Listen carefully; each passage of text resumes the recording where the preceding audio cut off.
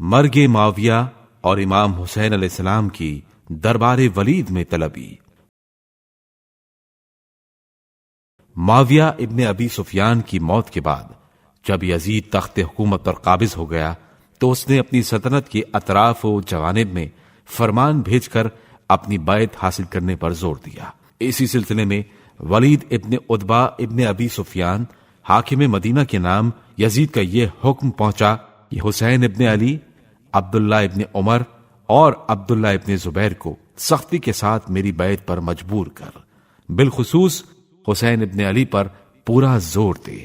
اگر وہ بیعت پر راضی نہ ہوں تو ان کا سر کاٹ کر فوراً میرے پاس بھیج دے۔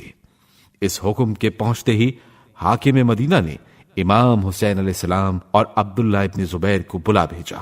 اس وقت امام حسین علیہ السلام اور عبداللہ ابن زبیر مسجد میں تھے۔ جب ولید کا سپاہی پہنچا تو اس سے یہ کہہ دیا گیا کہ تم چلو، ہم آتے ہیں۔ ابن زبیر نے کہا، سمجھ میں نہیں آتا کہ خلاف معمول ہم کو رات کے وقت کیوں بلایا گیا ہے؟ امام حسین علیہ السلام نے فرمایا، اس کے سوا اور کوئی معاملہ نہیں کہ معاویہ مر گیا ہے، اور یزید یہ چاہتا ہے کہ اس کی خبر مرگ پھیلنے سے پہلے ہم سے بیعت لے لی جائے۔ ابن زبیر نے کہا، پھر آپ کی کیا رائے ہے؟ حضرت حسین علیہ السلام نے فرمایا، میں ہرگز یزید کی بیعت نہ کروں گا۔ معاویہ نے میرے بھائی کے ساتھ یہ عہد کیا تھا کہ اس کے مرنے کے بعد خلافت مجھے ملے گی اور اپنی اولاد میں سے کسی کو خلیفہ نامزد نہ کرے گا۔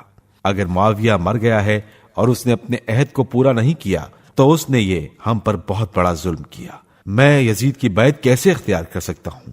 وہ تو علانیہ فاسق و فاجر ہے۔ رسول کا نواسہ ہرگز اس کی بیعت نہیں کر سکتا۔ اس گفتگو کے بعد ابن زبیر تو مسجد سے اٹھ کر اپنے گھر چلے گئے اور امام حسین علیہ السلام حسب وعدہ اسی وقت جا کر ولید سے ملے۔ ولید نے معاویہ کے مرنے کی خبر اور یزید کا حکم حضرت حسین علیہ السلام کو سنایا۔ آپ علیہ السلام نے رسم تعزیت ادا کرنے کے بعد فرمایا، شاید تم اس بات کو اچھا نہ سمجھو گے کہ رات کے وقت تنہائی میں مجھ سے بیعت لی جائے۔ کل دربار میں سب کو جمع کر کے مجھے بلا لینا۔ ولید نے اس کو منظور کر لیا، لیکن مروان نے کہا، نہیں، ایسا موقع پھر ہاتھ نہیں آئے گا۔ یا تو حسین اسی وقت بیعت کرے ورنہ قتل کر دیے جائیں۔ یہ سن کر امام حسین علیہ السلام نے فرمایا، او جھوٹے دغا باز، تیری اور ولید کی کیا مجال کہ مجھے قتل کر سکے۔ حضرت عباس علمدار، چند بنی ہاشم کے جوان اور دوستداران حسین علیہ السلام جو اس وقت دارالامارہ کے دروازے پر کھڑے امام علیہ السلام کی آواز پر کان لگائے ہوئے تھے، جب آپ علیہ السلام کی آواز بلند ہوئی تو فوراً تلواریں کھینچ کر اندر داخل ہونے لگے۔ امام حسین علیہ السلام فوراً باہر نکل آئے اور سب کو اپنے ساتھ واپس لے گئے۔ مروان نے ولید کی سرزنش کی کہ اس موقع کو ہاتھ سے کیوں جانے دیا۔ اس نے کہا، میں اس بات کو ہرگز گوارا نہ کروں گا کہ حسین کا قاتل بنوں، چاہے دنیا کی تمام دولت مجھ کو ہی کیوں نہ دے دی جائے۔